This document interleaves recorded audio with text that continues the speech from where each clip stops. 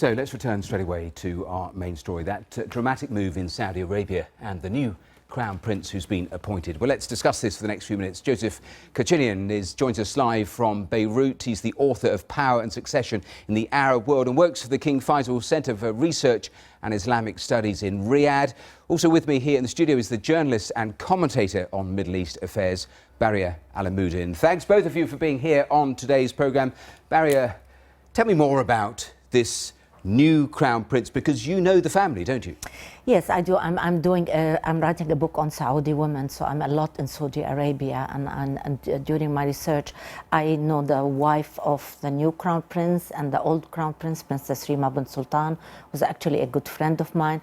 I know the area. You know, I'm not as surprised as everybody, perhaps, because the minute that King Salman removed his brother, so this is not the first time King Salman actually moves a crown prince to put somebody else. He removed his brother Prince Migrin and put Prince Mohammed bin Nayef, and then now done it again in 2 years to put his son. Tell me more about this new man then, tell me. So this new man is seen to be a friend of the young, and you know the young make about 60% of the population in Saudi Arabia. He's seen as somebody who is not very patient for change. He wants to do things very quickly, his hands into everything. Everybody thinks that he was actually the king himself, because the king has gave him a free hand. He was not only the crown to the crown prince, but also he was the minister of defense. He headed the economic council. He was the effective ruler of Saudi Arabia.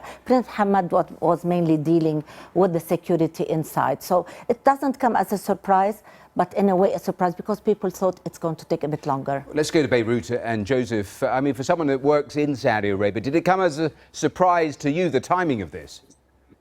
The timing certainly was a surprise. When he was appointed 2 years ago, the assumption was that the young man will need to learn on the job, and that perhaps 5 years or a little longer afterwards, the change will occur once again. But circumstances change, and for reasons that are still unclear, although one can speculate, the decision was made to go ahead and make the change right now.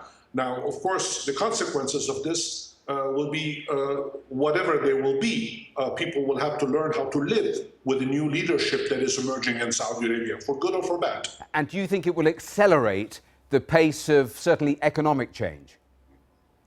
No doubt about the fact that Prince Mohammed bin Salman would like to move much faster than perhaps some of the older generation members of the ruling family. His Vision 2030 has made certain inroads. It has gathered a number of opposition, because people have vested interest and want to make sure to hold on to those. But he's moving very fast, and young people are behind him to a certain extent.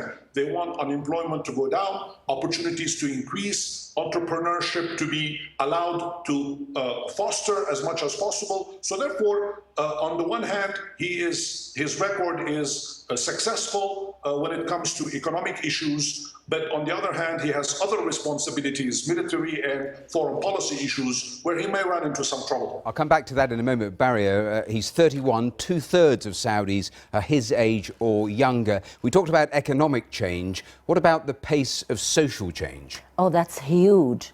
I mean, you go to Saudi Arabia and then don't go for like few weeks, and then you see change. Also change towards the outlook of the community, the role of the woman, the role of having fun.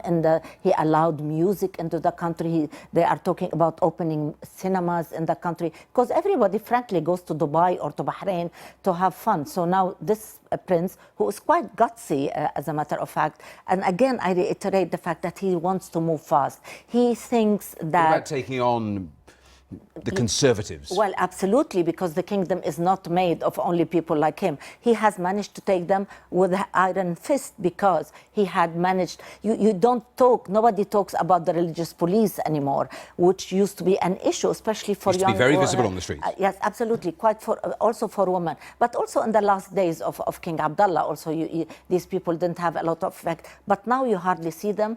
Also, it's very significant that we have seen the religious establishment in Saudi Arabia, accepting him and swear allegiance to the new crown prince. Joseph, you were talking there about foreign policy. He's taken a very hard line on Iran. Where do you expect Saudi Arabia to go with him there as crown prince and potentially at some stage in the future the king of Saudi Arabia? More of the same, and perhaps even more gutsy foreign policy and military issues. His record in Yemen might not be stellar, but his recent interview on Al Arabiya and other networks again about Iran will not be a comfortable outlook for a lot of people. He took a very assertive position. He insists that Iran has no business on the Arabian Peninsula, or for that matter, anywhere else in the Arab world.